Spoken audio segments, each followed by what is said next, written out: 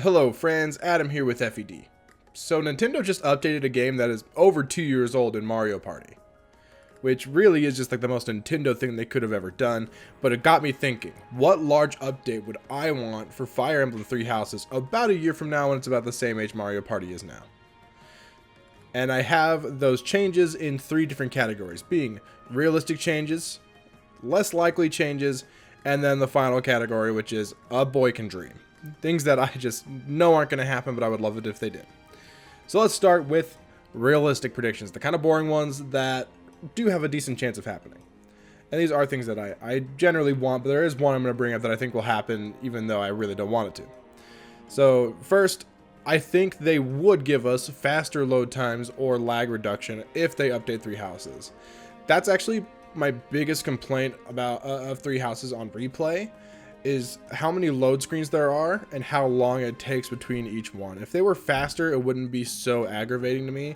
But the fact that I feel like the majority of my playthrough, especially now that I can play pretty quick, is spent in load screens. And that's kind of annoying. That's not fun to play. So I hope they fix that. And then lag reduction is just, you know, when your basic combat animations have a lot of slowdown, that's a problem. That needs to be fixed. Next, this one I don't want to happen, but I think there's a decent chance it could, just through them doing stuff. I don't see why they would specifically see this and specifically change it for any reason, but because they're Nintendo, they might. And that is to remove the infinite renown / money glitch. Someone told me that it was removed, but I've also heard that it works fine still. So I guess I should have tested it out myself before starting recording and start making this video. I don't feel like it, so I'm not going to. But if they haven't removed that, I think there's a good chance that they will remove that if they know it exists, which I'm sure they do. And finally, for realistic, this is something that I want. I hope they fix wording and some abilities in combat arts to either just get across what they actually do more effectively, or just to clarify some things. So I'm thinking like quick riposte. Quick riposte does a bad job of explaining that, yeah, it also has like wary fighter built into it. You don't get doubled, which is awesome. It's like the combat arts that raise might based on a stat. I wish they would give us the calculation for that, because it's really just, it's hard to plan around when you don't know exactly how much extra might you're going to get. And those combat arts I'm talking about are, you know, like Lance Jab, Frozen Lance, things like that. And I want those just more clearly defined. And the big combat art that I hope they fix is 1-2 punch. It's probably the most misunderstood combat art in the game, and it's honestly really good. It raises the user's AS 4 above the attacker. That's basically what it does. It still only does 2 attacks, so it'll do an attack, it'll be the enemy's turn to attack, and then you'll attack. But it also makes it so the enemy cannot double you. So when you use 1-2 punch, you cannot be doubled in combat, which is really, really good, especially on Maddening, where you have those enemies like your sword masters, your assassins that are pushing 55 speed by the end of the game, and you're never gonna not get doubled by that unless you have some insanely fast units. So 1-2 punch, I hope they fix the wording on that, because I think it basically just says a double attack, which makes it sound really bad, but it actually has some really good niche uses. All right, let's move on to less likely things that could happen. I think these are definitely possible, but they are definitely less likely than the things that are in the realistic category. And number 1 here is more DLC. This really depends on how the original set did financially. And I'm not entirely sure what they would add. Maybe just more characters. Maybe they would add another short story like Cindered Shadows. Like, you know, maybe another, like, you know, 5 to 10 chapter story arc thing that involves everybody, or maybe involves just completely new characters. I'd be into that. And I think that would be interesting. So that is something that could be cool. Maybe set it in between the 5-year period and just like kind of jump around to different armies or different parties to see different perspectives of things happening. You know, how essentially just showing us how characters became who they did, how they changed from part 1 to part 2, how we got there. I think that'd be really interesting.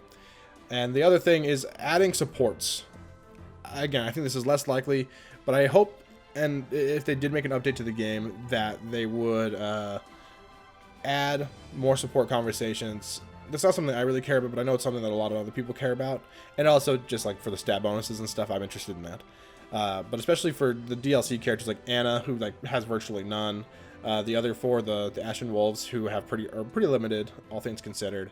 And maybe just some other ones that I think would be interesting. Add some more A supports. There's some that end at B that I think is kind of weird that they end at B. So I think it'd be nice if those got raised.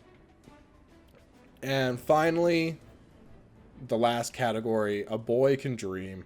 Things that are not going to happen. I know it, they're not going to happen, but if they did, I would be so happy. Just so freaking happy. Number one, a revamped Crimson Flower that continues after the final boss to take on those who slither in the dark.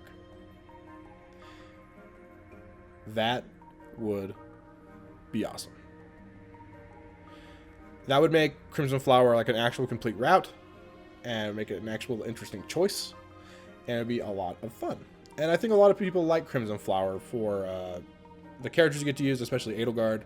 I know a lot of people love Edelgard, and that would be a good way to, you know, say, hey, thanks for playing my game to those people. I don't know. It would just be really something that a lot of us would appreciate. Even if they made a DLC, I would pay $5, pay $10 to have a new or just revamped Crimson Flower that has a full like 22, 23 chapters, including part 1, of course. So, yeah, that'd be cool.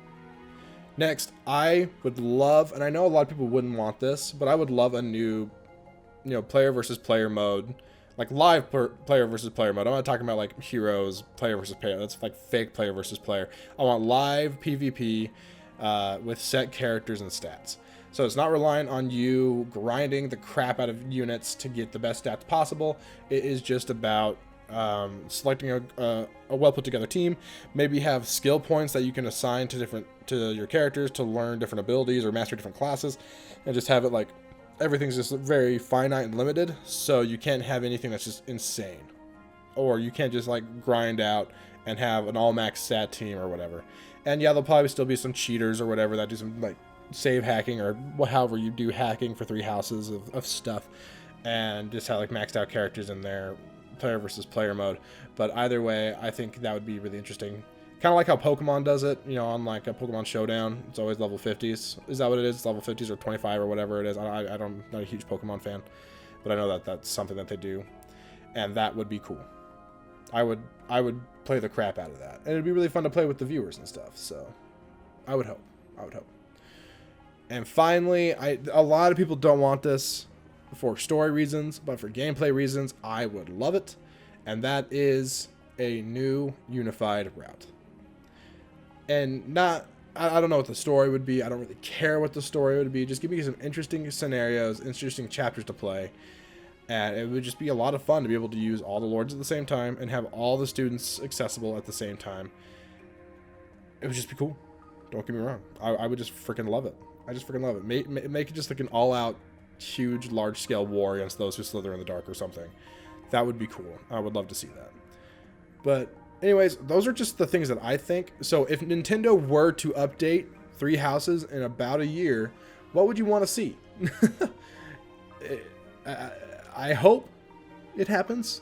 Chances are it's not going to happen. But if it does, comment your thoughts. If it were to happen, you know, comment your thoughts on what you want. And of course, subscribe to the channel if you haven't. Like the video before you leave. And yeah, thanks for watching, and I'll catch you next time, friends.